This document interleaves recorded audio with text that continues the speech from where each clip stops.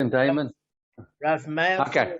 teach us. Okay, Rosh Hashiva, Talmud Chochem, Damon, and esteemed Cohen, and royal member of the royal family. Here we go.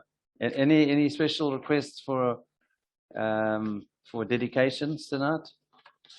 No, I just want to take this opportunity to thank Hashem that as friends we're learning together and we're continuing. It's really a special privilege to learn with you guys. Really, thank you. Thank you. Thank you, and thank you for teaching. Shkach to you too for your patience and commitment. Okay, comprehensive integrity. According to the Rambam, actually I think we've done that. Sorry guys. Righteousness and integrity. Tehillim chapter 33, verse 1 opens with the verse, "Sing joyfully to Hashem, O righteous, for the upright praise is fitting." The Al-Sheikh HaKodesh asks why the verse opens with a call to the righteous, yet concludes with a call to the upright, and what the difference is between them.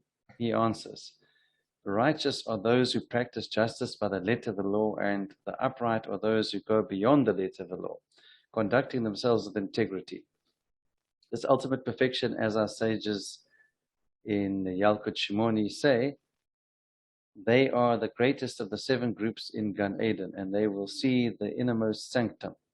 The upright will dwell in your presence. And finish off with this. Al-Sheikh continues, "The upright ones are greater than the righteous, since unto them praise is due, because for their piety and their upright hearts, for they do not question the ways of Hashem, even in the absence of good in Israel."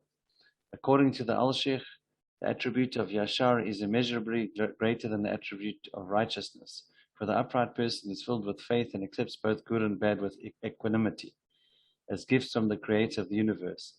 These are the people for whom praise is fitting, and who we know how to praise Hashem, and therefore are rewarded with the revelation of the divine presence. Good. I think, guys, it's a very, very big madriga to be able to see everything Hashem gives us as not bad things that happen to us and good things, but that they're all good things ultimately. Yeah. Amazing. That emunah, that goes in with emunah. That's exactly it. I think emunah has 2 parts. And it's not just knowing that Hashem runs the world, but knowing that Hashem does everything for our good. That's a different madriga. There are many people that I know that believe Hashem runs the world, but they're not quite sure if his intention is always benevolent. You know, they really, people get traumatized by life. And it's just quite a madriga that. It's not automatic just because a person's frum at all.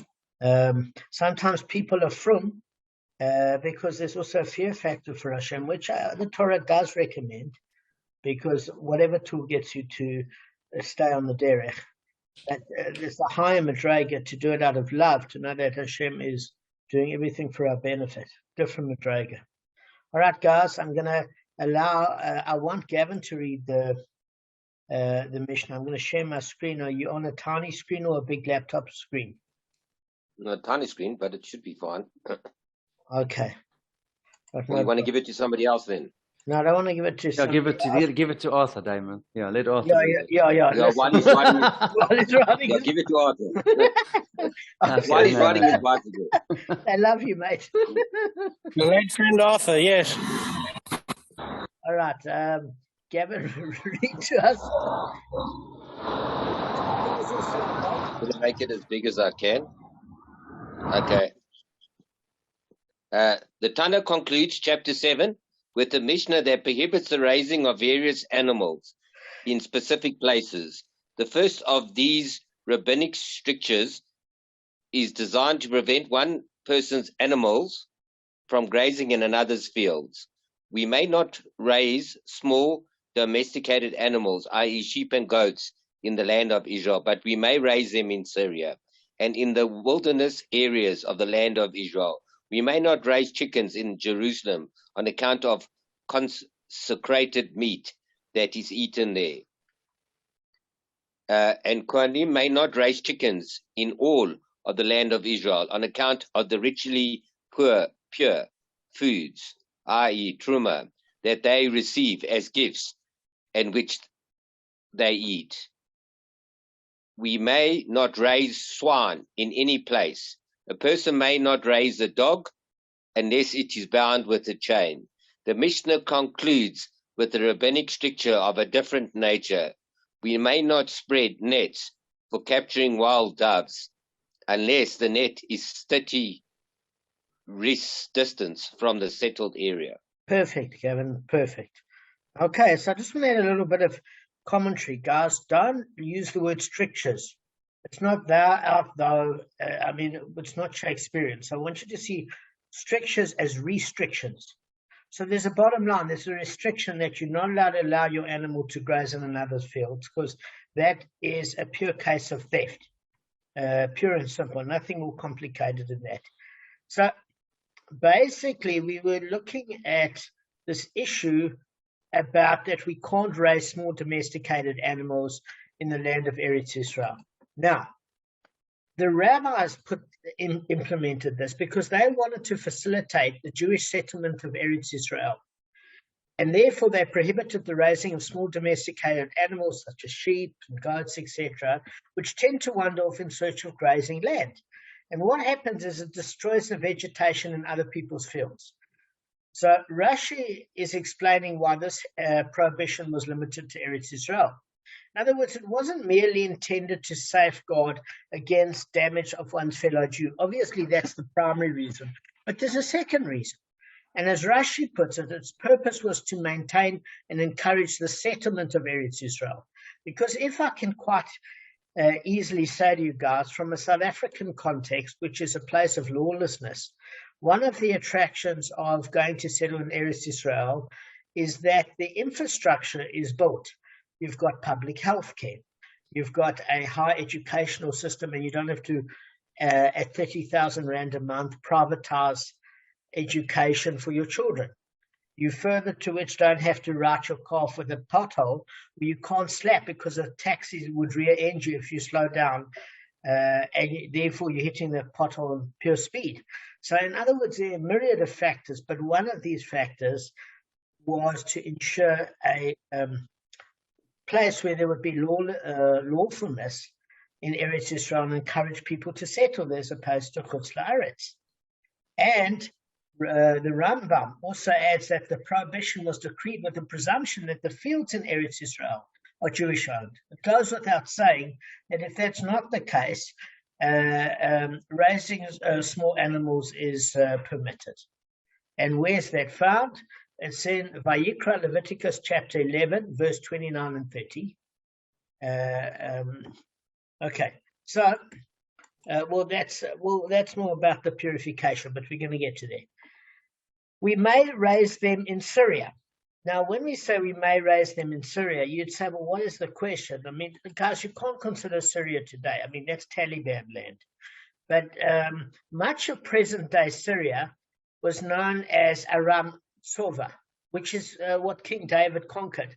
So you want to know, maybe it's biblical Eretz Israel. Maybe there's a suffix as far as that's concerned. Now, it's brought in Talmud Gittin in the 8th daf, that the Tana requires that the victory is actually an individual victory of King David rather than a national conquest. And so, obviously, in his opinion, the land of Syria didn't acquire the holiness and status of Eretz Israel. And what's the proof is that it's uninhabitable by Jewish people today. I mean, if you want to keep your head attached to your body and one doesn't need decapitation, as a Jew, it's not encouraged to go there. Otherwise, it would have what you call that special sort of blessing of protection. So it was a King David conquest as opposed to a national-based conquest, which was still successful, by the way. But so there was no ban on raising small animals there. And on those occasions when one's animal did graze in another field, all that happened, Kevin, is that the owner would simply pay for the damage if it's another Jew. That's it. And probably encourage that if it was the Taliban, that you would pay it too in order to have a long and prosperous life. But that's a separate issue. And you may not raise swine in any place. So I think there's a prohibition against raising Arab children. No. Okay, let's just keep this in our share. And Kohanim may not raise chickens in all the land of Eretz Israel on account of the ritually pure foods. Now, what do we mean ritually pure foods? Gavin, that was a bit of a tongue twister, not your fault. You said rich, poor foods, which is a contrast in terms. No, but I corrected myself. I I did know, see but that. I'm saying I found it hysterically funny. It's not a criticism. Yeah. It was really funny, man. No. If you think about rich and poor foods, you know. Yeah. But you did correct yourself and you said ritually pure foods. It's not an easy thing to pronounce. So when we're talking about teruma, that the Kohanim received as gifts in which they eat, what's this issue with raising chickens? So I'll tell you, I looked into it because I thought it's a bit bizarre. So I'm going to just deal with some of the issues that occur. Is that basically chickens that roam free have a tendency to bring up a worm. They eat worms. They pick at the ground and they eat worms. Now, what happens is they habitually pick up at little debris and dung heaps. So there's lentil-sized pieces, Kevin, of dead sherrits. So any sort of creature that a chicken will generally pick up is known maybe as one of the categories of sherrits. Now, if you've got teruma, then what's going to happen is that's going to taint it with tuma. So therefore, it's going to be a problem as far as the Kohanim are concerned. Do you get what I'm saying? Because if teruma, as you know, it's one of the priestly agricultural gifts, Gavin, you know that as a Kohen. It's sacred, and it must stay ritually pure in order to be preserved. So you can't, none of the Kohanim can raise chickens where they live, because those birds can contaminate the teruma in the manner described. Okay? But there are Israelites who follow special practice of maintaining the sanctity of their regular food, and they're not bound by that restriction. But there are many, the non-Kohanim Israelites, that eat consecrated meat in Jerusalem at certain times of the year. I'll give you an example. The meat from offerings of lesser sanctity. Kevin just taught us as Kodashim Kalim, such as Shalamim and the Tordah, the Thanksgiving offering and the animal tithe. All Jews who live in Jerusalem are enjoined from raising chickens, since those birds obviously bring out sherrits when they pick, etc., unless they put in a coop. If they put in a chicken coop or they put in an area where their food is given to them and they can't eat at the ground, like the ground is concretized and grains thrown to them, then that's fine. But there are specific protections as far as that's concerned. Okay? Now, let me just see what else is unclear. Obviously, you can't raise any swine. That goes without saying. In Eretz Israel, unfortunately, there are places where some Israelis actually do, but what they do is they halachically get around it, which might be okay, although I don't know, is they build a wooden platform. So they're not raising swine on the land of Eretz Israel. But there's a separate prohibition, as far as I know, that you're not allowed to raise swine stum. It's not just in Eretz Israel. There for sure not. But it says in any place, guys, in any place. Does that make sense? It's just not a kosher animal. Can I just ask you for some clarification on something here? Is this you can't have these animals as when they mean you can't raise it as a small domesticated, but you can still have a whole thing of sheep and a flock of sheep. You can raise sheep, you can raise chickens. You just can't have them as domesticated animals. Is that what's going on here?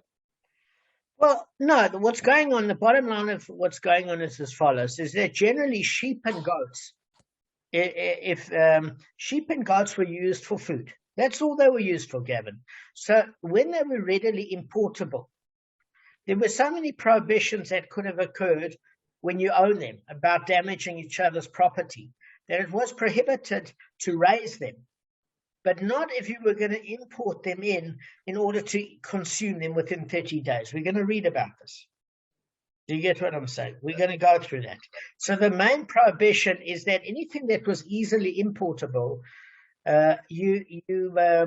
because of their size primarily, and it was for food, You could either import it in its killed form, but then you've got a shchita problem. So you would generally import it live and kill it within 30 days so that it didn't create havoc with your neighbor with regards to the theft of grazing in somebody else's fields. Obviously, there were certain times in Israel where you couldn't get them, and then you'd have to create proper pens to and stables to prevent them from leaving. Does that make sense? So you don't damage your neighbor's property. That's what we're dealing with. The whole reason why there isn't this case with oxen or donkeys or whatever is because those are plowing working animals. So those things you can't, they're not just for eating, they're working animals. They're to do functional work. So that you can't help. But sheep themselves need shepherds, etc. They're there just for food. So where we can eliminate problems, Gavin, we do. So I think it's an excellent question. I looked into it. Yeah, no, it's just a bit odd that you're not allowed to, in theory, raise sheep there and all that. It's just it's a bit odd. Well, I understand the argument, but I would think if you're doing it for commercial purposes, it's fine. But if you're doing it for private purposes, that's no good. Well, firstly, no, because the truth of it is the entire society was animal husbandry and agrarian by nature. So there was no private. There was two types of farming. There was commercial farming, which only often came about with the implementation of the industrial age and technology and crop rotation, etc., and how to create certain nutrition for animals. And there was subsistence farming, at which everybody would use those animals to feed themselves, etc. So it's different to how we imagine farming today. And further to which, sorry, man, if you can, the whole thing of the Gemara is those animals, those small domesticated animals, were easily importable. And since you could import them and you could quickly shecht them and use them, you would reduce the case of having havoc. If there were price hikes where, in fact, they took advantage of the Jewish people and they made it exorbitant, the Jewish people would go back to raising those animals under certain conditions of watchmanship and constraints, which we're going to learn. But let's go to the Gemara so that we can expand on this. I'm just giving you the bottom line. Sure. Okay, so does that make sense? In other words, certain things we can't import. You can't, because of the size of the ox, keep importing an ox. It's just there were logistical issues. That's why it's mentioning small domesticated animals, because the ease at which you could transport them and import them. And the minute those other nations got clever and tried to get cute with the pricing point of view, the Jews would go back to raising them themselves so that the non-Jewish nations couldn't take advantage. But you can't bring in a car. There's a heck of a difference between transporting and delivering in a little box bike components to make a bicycle and importing a car with logistics. Do you get what I'm saying? This is the same case with an ox and a sheep. Very similar. Those are the commentaries that I read today. Okay, so a person may not raise swine in any place. It's not kosher. A person may not raise a dog unless it's bound by a chain. Obviously, dogs can kill.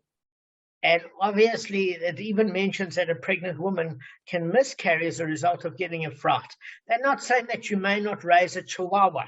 No one's going to die from a chihuahua, though I've seen pretty vicious chihuahuas. But it will break skin, maybe damage an ankle. That's about it. We're talking about nobody should raise pit bulls. Do you get what I'm saying? Unless it's bound by a chain. So the Gemara concludes with a rabbinical restriction of a different nature.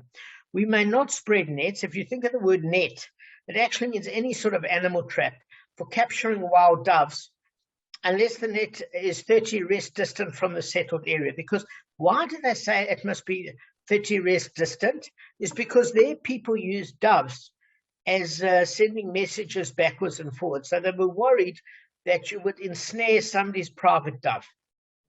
Do you get what I'm saying? And the whole thing that a net means a trap is in Chulin in the 116th daf. So there's your source. Okay. Now, so if we're afraid that if located within 30 rests of a town, One traps will ensnare doves belonging to the townspeople. That's the way Rashi describes it, clear as day. But beyond that perimeter, the birds of a dovecote will not venture.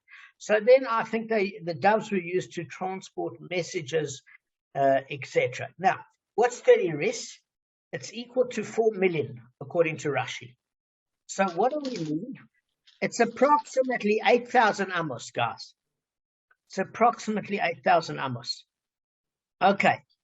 Now, the one thing that you've got in... okay, so that's pretty clear. I'm going to stop the screen.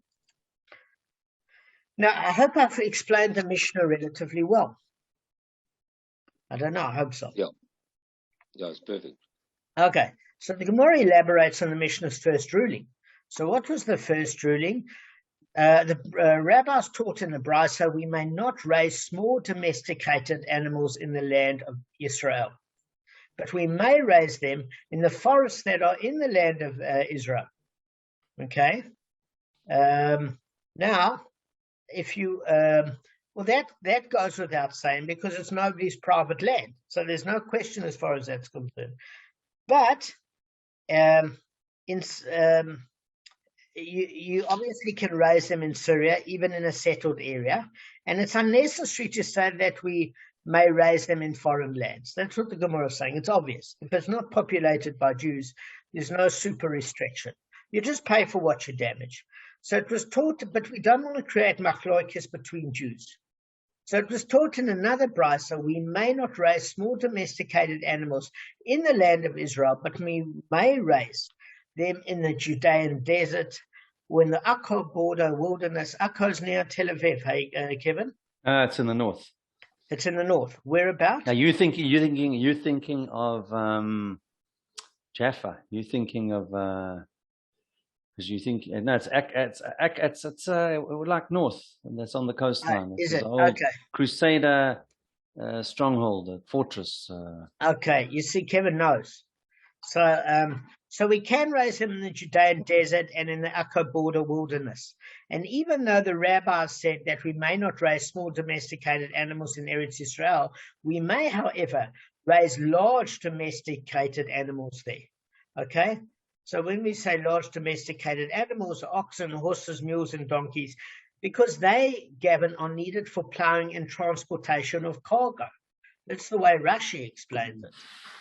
And because the rabbis do not enact a decree upon the public that basically strains the public, so to speak, that in that particular case,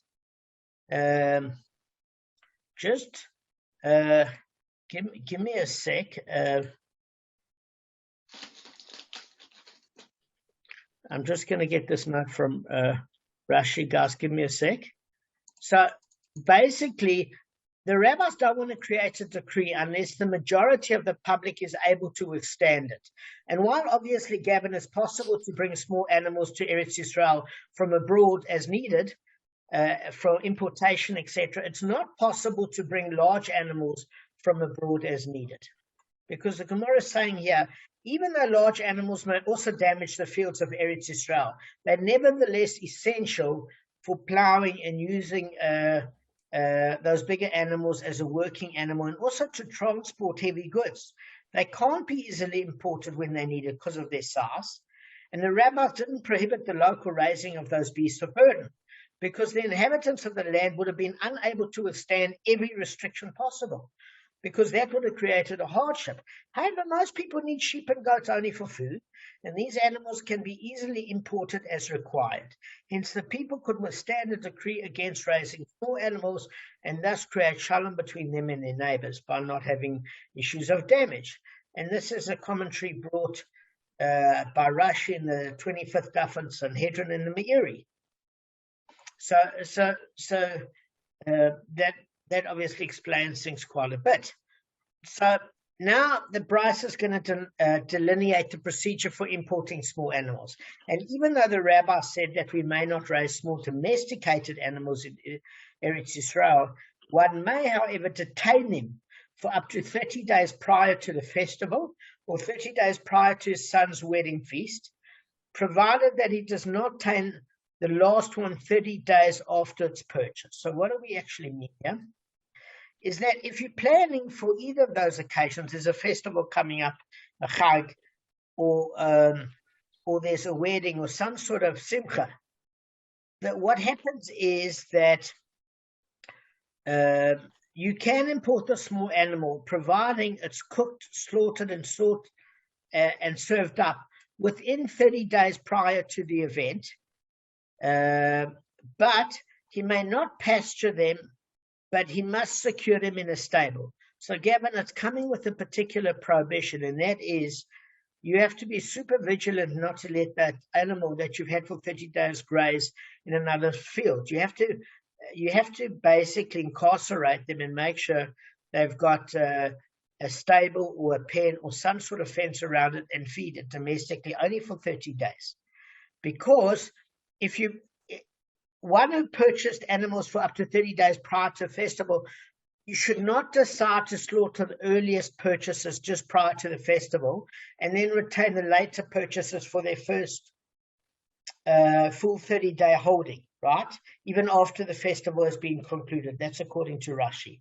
So what basically Rashi is saying is as follows, is that you can't, it's not about the cyclic period of 30 days. So, Kevin, if you import animals in different periods of time up to this festival, you can't say, okay, well, the last animal I bought 4 days before the festival, I can keep it for 30 days, and then at that particular point, I'll slaughter it. It's saying, no, it's up to 30 days, but it still has to be used and consumed within either the festival or the simcha.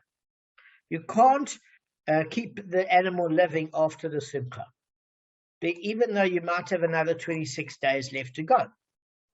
Because the animals, the Gemara says, provided that he does not detain the last one 30 days after its purchase, which means your cutoff point is where the simcha is, because that's the purpose upon which you bought it.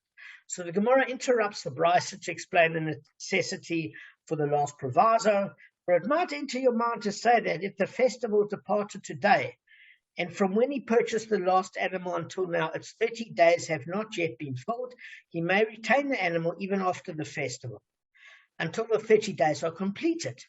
To refute this notion, the Brisa teaches expressly that we should not say that a full 30 days one is unconditionally permitted to retain the animal. Rather, once the festival or simcha has departed, he should not retain it. Okay. Does that make sense, guys? Yeah. All right, very straightforward. Nothing complicated. Is it also because they still may graze on someone else's land within that 30 days? No, so for sure, for sure that's part of it. But even that 30 days that you've got it prior to the festival of Simcha, you have to keep it locked up and you have to give it its food. But to do it for an excessive period is cruel to the animal. You can't just keep an animal. And we're saying that after the festival, people are always going to push the boundaries in the law, Kevin. You know, they're going to get it one day before the festival and say, I've got the animal for another month. Then they're going to keep inventing festivals and simchas. Oh, my cousin's got a simcha coming up in September. So, I've got another animal for that simcha. You know, people, they're going to keep animals. There's going to be a simcha every other time. My third cousin, twice removed, is having a simcha for his daughter. I don't know, she's getting engaged. Don't worry. But we've got the animals and there's 30 days left and it's going to become crazy. So it has to be certain parameters and it has to be completed by the time the festival's done. So you don't want to be sitting with a lot of wasted meat, especially in a time period where there was no refrigeration. So what that does is if you say it has to be contained by the festival and the simcha, it means you're not going to go over that parameter where the animal has to be killed because you don't want all that wasted food. Otherwise, you'll invent simchas left, right, and center and continually raise domesticated animals that would cause your neighbor's fields problems because the animals would need to consume there. Animals need to run around. So, guys, do you understand why the prohibition is such? Otherwise, everybody's having a simcha every other day. Yeah, but if you invite your neighbors where you're eating their grass to your simchas, you'll be fine. Yeah. It's a joke. Carry on. No, I hear the joke. You know what? Inviting neighbors is like having fish. It goes off after a few days. Yeah. Okay. So, listen, congratulations, guys. We've just hit the 80th daf. So well done. Well done. So the Gemara resumes its quote of the Brisa, and it says, and the butcher may purchase small animals and slaughter them immediately. Or he may purchase and detain them for up to 30 days prior to market day, providing that he does not detain the belated one among them 30 days. Rather, he must slaughter all his animals by market day. So what it's saying is, well, how does the average person get his meat? So the thing of it is, there was a market day that happened once a month, and that's where you would, it could have been, by the way, that the market wasn't once a month. It could have been once a week, for all we know. But the point of it is, the butcher could import the animal up to 30 days prior to market day. But when that market day hit, he had to slaughter the animal for the same reasons we explained before. So that prohibition occurred with the butcher, and most of the time, this was to encourage you to buy already shechted animals so that we didn't have all these problems as discussed. So even the butcher had a restriction that after the market day, he couldn't retain the animal, even though the 30 days was not up from importation, because you could keep it up to 30 days prior to market day. So I don't know if market day was once a month or once a week. I'm assuming it wasn't once a month. It doesn't make sense. It probably was once a week. All right. It's probably once a week to get fresh produce. Yeah. Exactly. So let's just see. We've got a bit of time left. All right. So another teaching regarding laws of keeping small animals. Rabban Gamliel was asked by his students, what is the law regarding whether it's permitted to raise small domesticated animals in Eretz Israel? He said to them, it is permitted. So the Gemara reacts in astonishment. But we learned in the Mishnah, we may not raise small animals in the land of Israel. And this is a unanimous Mishnah teaching. So what we learn here is Rebbe would not teach an anonymous Mishnah that did not accord with Rabban Gamliel, because Rabban Gamliel ran the Sanhedrin. So he would never be in contradiction to him. So it's seeming that Rabban Gamliel is saying something different that the rabbis are saying. So the rabbis are saying, how can it be? So the Gemara amends the question to answer as follows. Rather, the students inquired thus of Rabban Gamliel, what is the law regarding whether one is permitted to detain a small animal in one's house? Now, being in mind, guys, the word here is detain. It doesn't mean raise. And we obviously, even longer than 30 days, that was the question, and even not for a festival in need. So in other words, we say, listen, this animal wasn't detained in pasture where it could eat in other fields, but it was detained longer than 30 days. So if you follow Rashi and the Rashba, the students were asking basically whether it was permitted to detain a small animal for up to 30 days prior to a festival. That's according to the one opinion. And this other opinion is they were asking, what happens if it was longer than 30 days and not for a festival in need? So he said to them, it's permitted, providing the animal does not go out and graze with his herds. Rather, the owner must tie it to the legs of the bed. So before, guys, you call the animal activist, let's just see what he means here. So one is allowed to detain the animal indefinitely and for his own personal reasons, but he must keep it secured inside the house or in a stable or pen or in an internal environment like a barnyard. So the rabbis dispute Rabban Gamliel's ruling, holding that one may not detain a small animal in the absence of a special occasion, as we enumerated above. And then there's still a restriction of only 30 days, even if it's securely bound, because the rabbi said it must be securely bound anyway for the 30 days that you're keeping it, where the time limit is up to a festival. So the Gemara records a related episode. The rabbis taught in a brisa. There was once occurred an incident. Let's just see how long we've got. Let me just see. You know what? I'm actually going to stop at this point because I don't want to get into another side issue. But we've hit. Can I ask a question? Yeah, sure. So it's not actually a question; it's more of a comment. And I don't know if anyone raised this, but to me, this would be a security risk for the country, for Israel in those days, because you had to bring all your food in, and if the country's at war with its enemies, where's it going to get its food from? This could be an absolute nightmare, in my opinion. That's how they get you. You know, they cut off your food supply. I think Gavin's asking a great question. Let's look at oil, and let's look at the case with gas in Germany, in Russia. Infrastructure, all of it. Correct. All of it. It's all the same thing. So It's all the same stuff. So, Gavin, I just want to address your question. Please, if you give me just a fraction of a sec, is that first, No, I'm finished. The rabbis were geniuses. They had contingency plans, and they had backups, and they had a myriad of countermeasures. And it depends what time period this was in, the relationship with the neighbors, etc. And one of the factors that you've got to consider is that the other neighboring countries made money off this. So it was in their interest to foster good relations as well, whilst Jewish people didn't mix with them and mix with their women and mix cultures, etc. Always the relationship has this reciprocity of economic benefit versus being held over a barrel. This has been a question since time immemorial. And that balance of which has continually plagued man, because you can't be completely independent of the outside world, because they're different, for example, regions. Some are conducive to tropical Mediterranean climate, where you need to import food and vegetables and fruits, etc., from different climates. You also need to know that other countries need to trade and need things from you. So they might be equally dependent on you for certain things.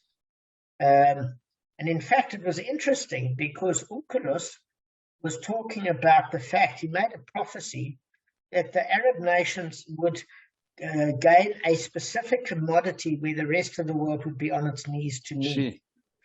And it was amazing. It was absolutely, Ken Spiro mentions this in the Shira, and I saw the text. It was absolutely amazing. He said there will come a time when the Arab nations has something that the world needs and they cannot get elsewhere.